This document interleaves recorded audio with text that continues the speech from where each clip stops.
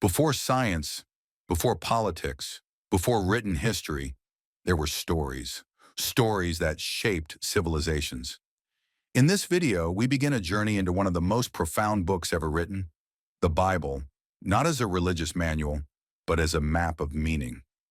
What if these ancient tales weren't just myths, but coded insights into the human mind, our confrontation with chaos, and the mystery of existence itself? This is the introduction to the idea of God, not as a man in the sky, but as the structure behind consciousness, order, and the eternal struggle for truth.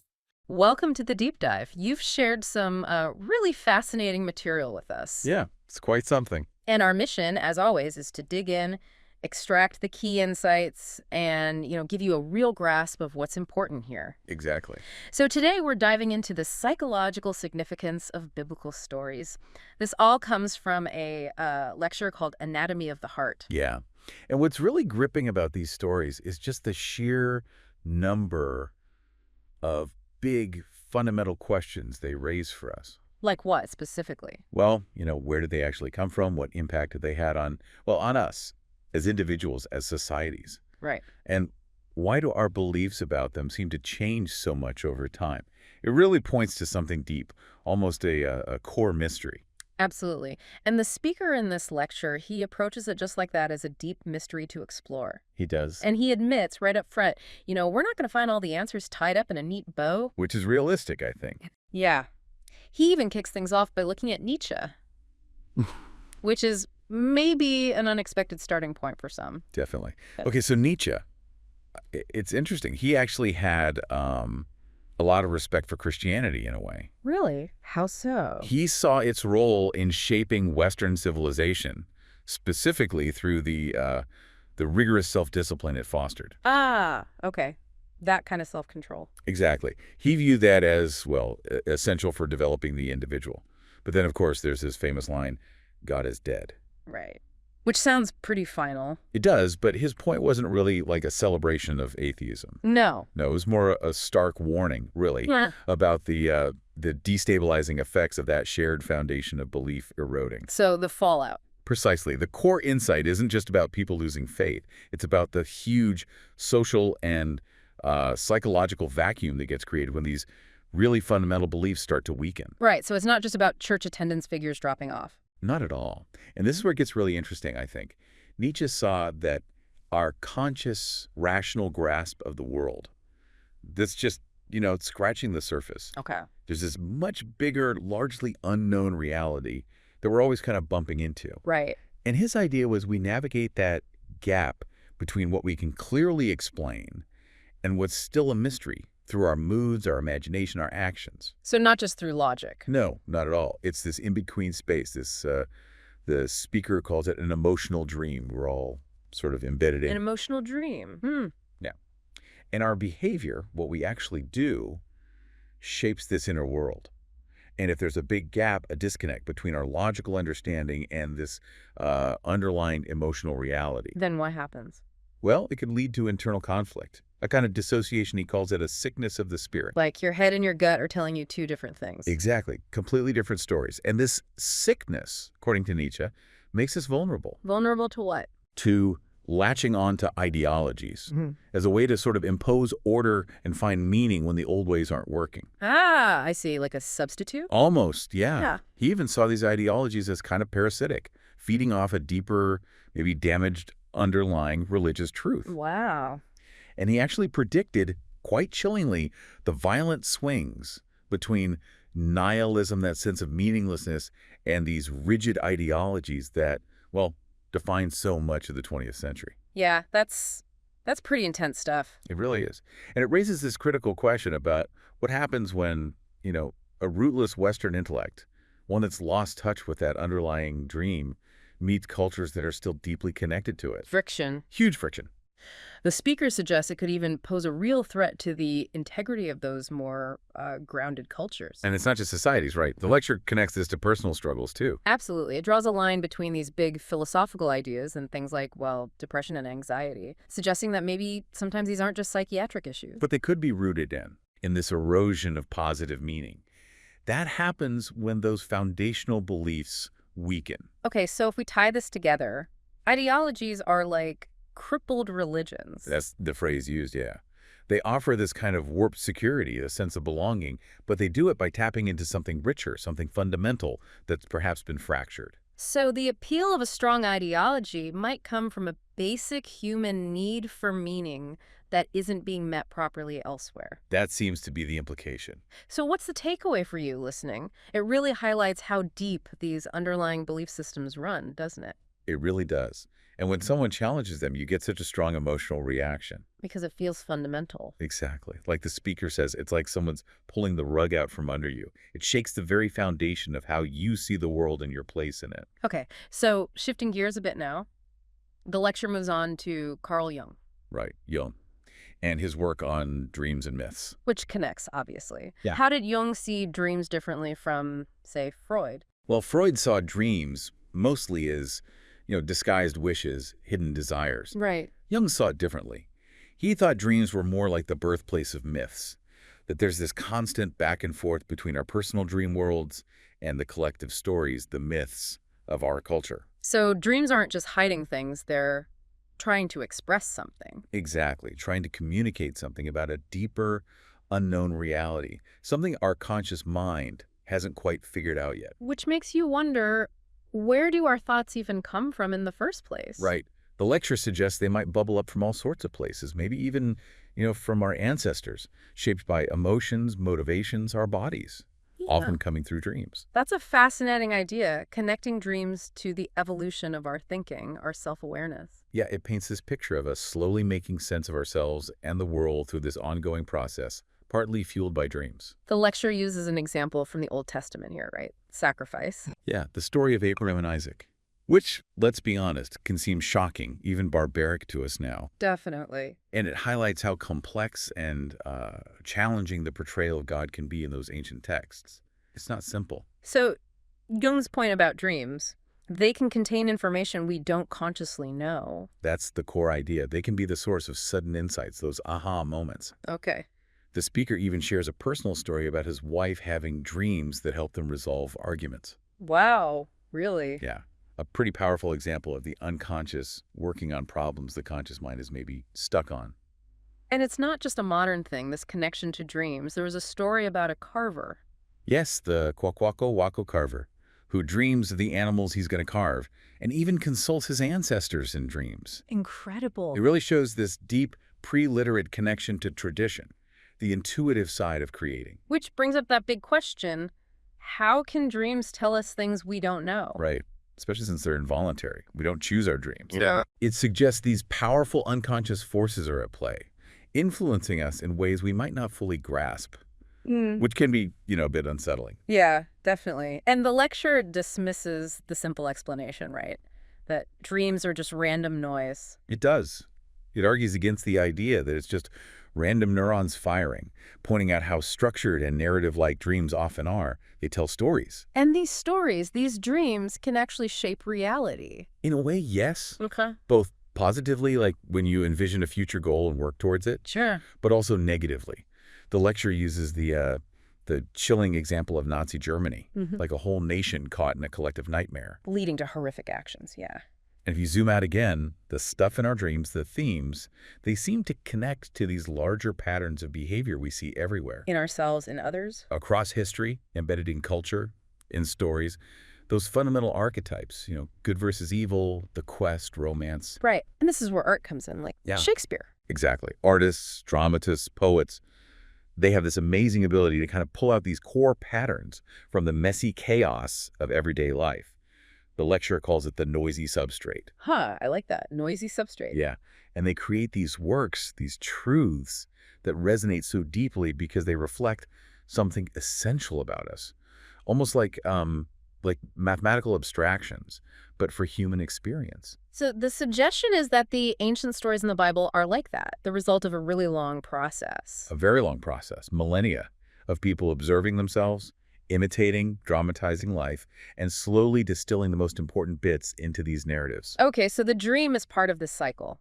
Acting, experiencing, dreaming about it, which leads to insights, and then maybe articulated knowledge, stories. That's the flow. And the Bible, in this view, sits in that fascinating space between the raw dream and fully articulated conscious understanding. Offering a kind of map. A map for self-understanding, yeah. Which loops back to that earlier concern. Without this kind of foundational understanding from these stories, we're more vulnerable. Potentially, yes. More susceptible to psychological problems, maybe even irrationality, where strange ideas can start to seem logical because the deeper grounding is missing. And Jung's quote fits here. Everybody acts out a myth, but very few people know what their myth is. Highlighting those unconscious patterns driving us. Exactly. The trajectory we're on without even realizing it sometimes. Okay, let's try to trace that progression again.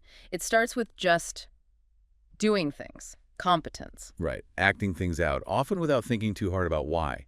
That's competence.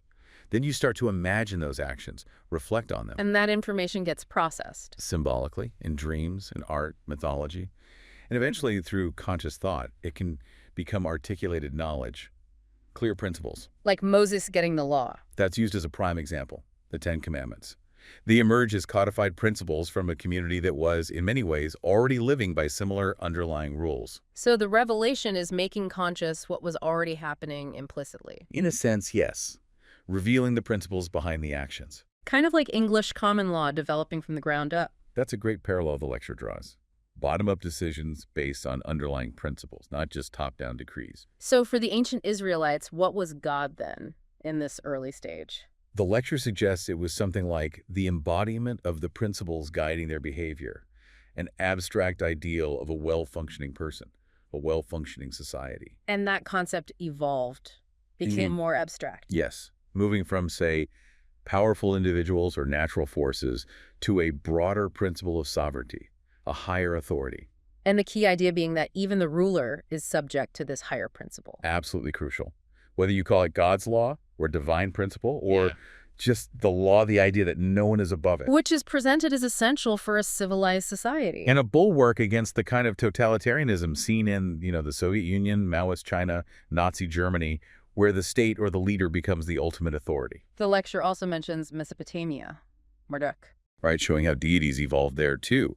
Different tribes had their own gods, their own ideals, and through interaction, sometimes dialogue, sometimes conflict, these ideals merged. Creating more complex gods. Exactly. More abstract representations incorporating attributes from older figures, like Marduk, who battles Tiamat, the chaos monster. Which echoes Genesis. It does. Marduk uses his vision, his all-seeing eyes, and his words, his magic spells, to bring order out of chaos. And the Mesopotamian emperor was seen as embodying those qualities, vision and transformative speech. And this chaos, it's not just a mythical concept. No, the lecture stresses its dual nature, its real-world confusion, loss, betrayal, but it's also a psychological state. And how do we deal with it? Primarily through attention, really seeing what's happening, and clear speech, confronting it. Even our physical reaction, freezing when scared, is linked back to ancient predator detection systems. Yeah. That pause to gather information before acting. So the Marduk story is a metaphor for confronting fear and creating order from it. Precisely. Which, as the lecture notes, sounds a lot like the principles of psychotherapy. Face what you're afraid of, understand it, and integrate it. It really emphasizes that these texts aren't just random opinions. No, they're presented as a record of a long collective process of self-realization and abstraction. Now, the lecture acknowledges genuine religious experience, right? Oh, absolutely. It acknowledges that's real and powerful for many. But it approaches the text from this more rational psychological perspective. Seeing the initial idea of God as partly an attempt to abstract the ideal. Yeah, to identify and articulate the highest principles of being and behavior. And the Bible itself isn't one book, but many. A collection compiled over time. By different authors, editors, reflecting merged traditions from various tribes. And it's called the world's first hyperlinked text. Yeah, because of all the internal cross-referencing. It constantly points back and forth within itself. And there are different sources identified within it. Right, scholars talk about 4 main sources in the Old Testament. Priestly, Yahwist, Elahist, Deuteronomist. They even use different names for God, have different focuses. And the order in Genesis is weird. Is a bit surprising. Genesis 1, the more abstract 7-day creation, is actually considered newer than Genesis 2, the older, more earthy, anthropomorphic story of Adam and Eve in the garden. Which sets us up for the Gospel of John. In the beginning was the Word, the Logos. And the lecture connects this Logos to consciousness. To something very much like consciousness, yes.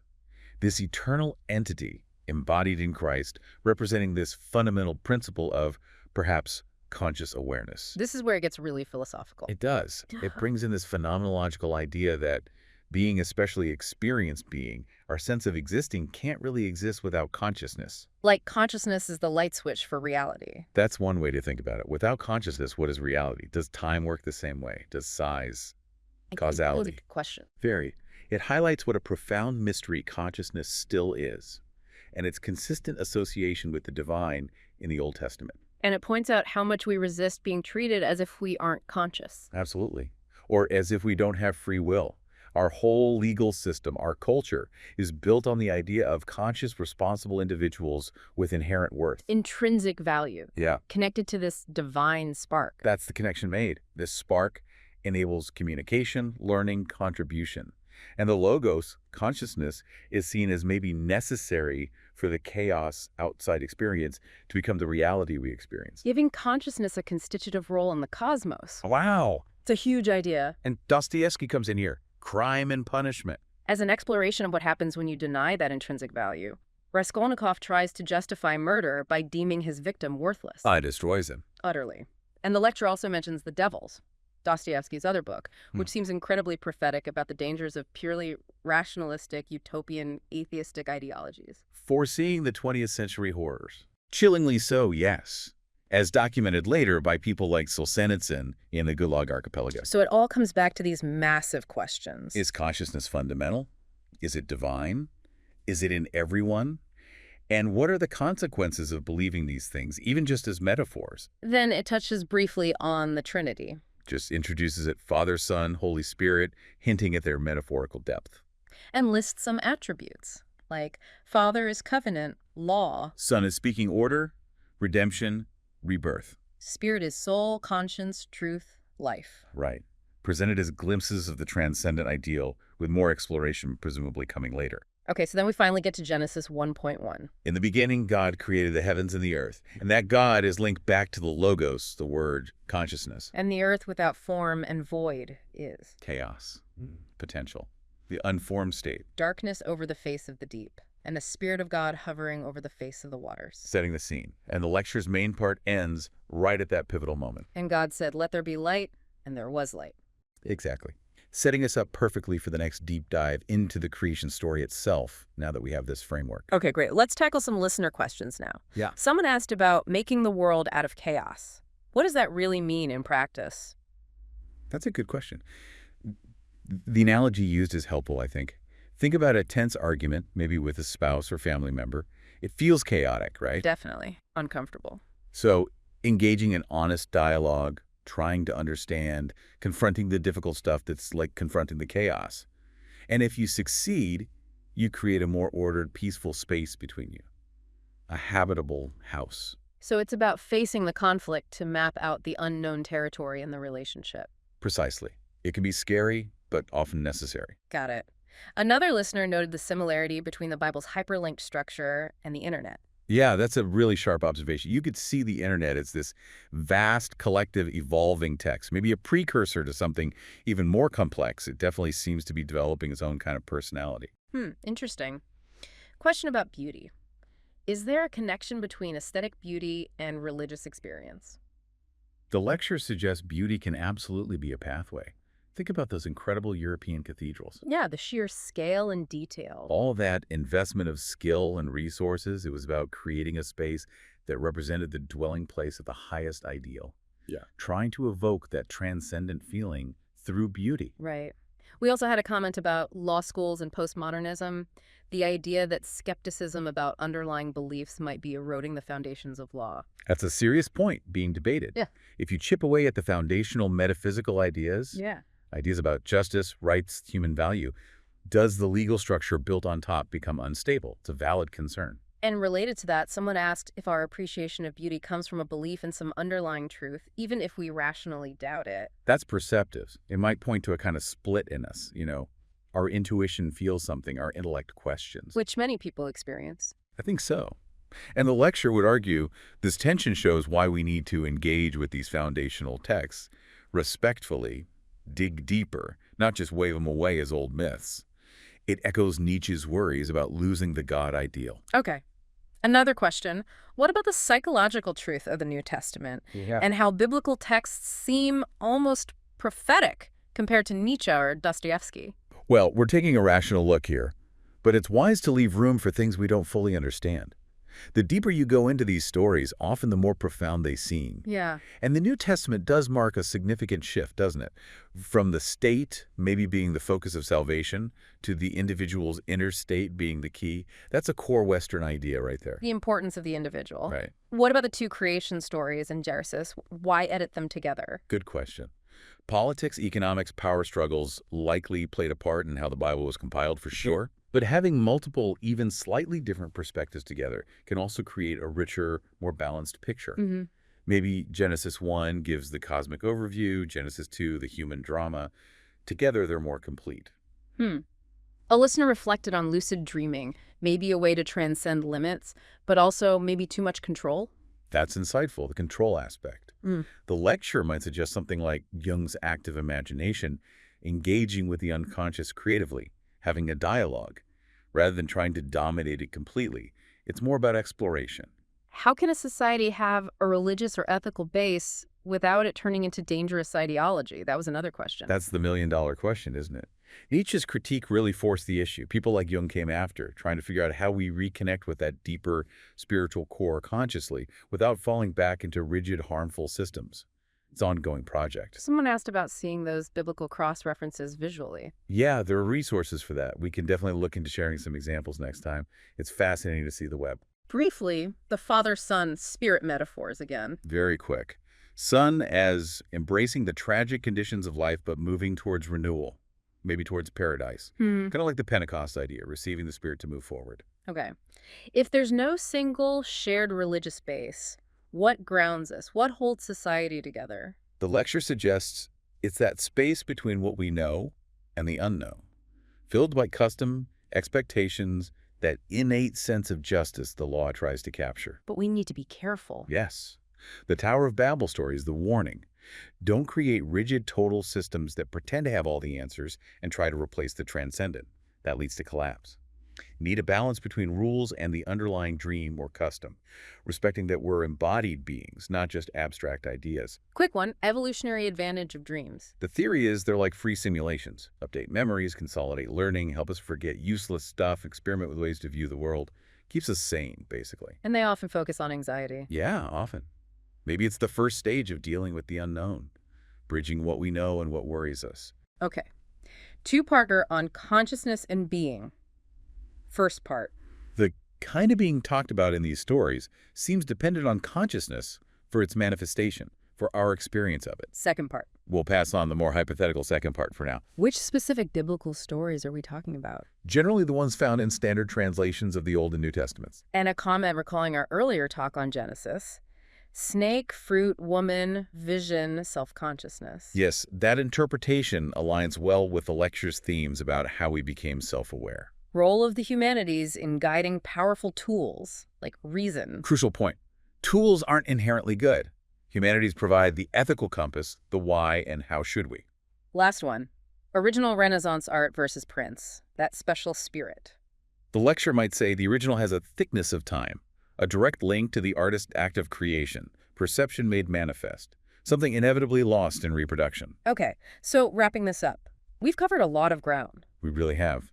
From the mystery of these stories, through Nietzsche, Jung, dreams, myths. The Bible as this record of self-understanding, God as an evolving, ideal chaos and order. And the huge role of consciousness and individual value. And as you said, this is really just scratching the surface, so many more layers. Definitely more to explore in future deep dives. So we really encourage you, listening, to reflect on these ideas. How do they resonate with your own understanding, with the challenges you see around us? Yeah, let them sit with you. And maybe a final thought to leave you with.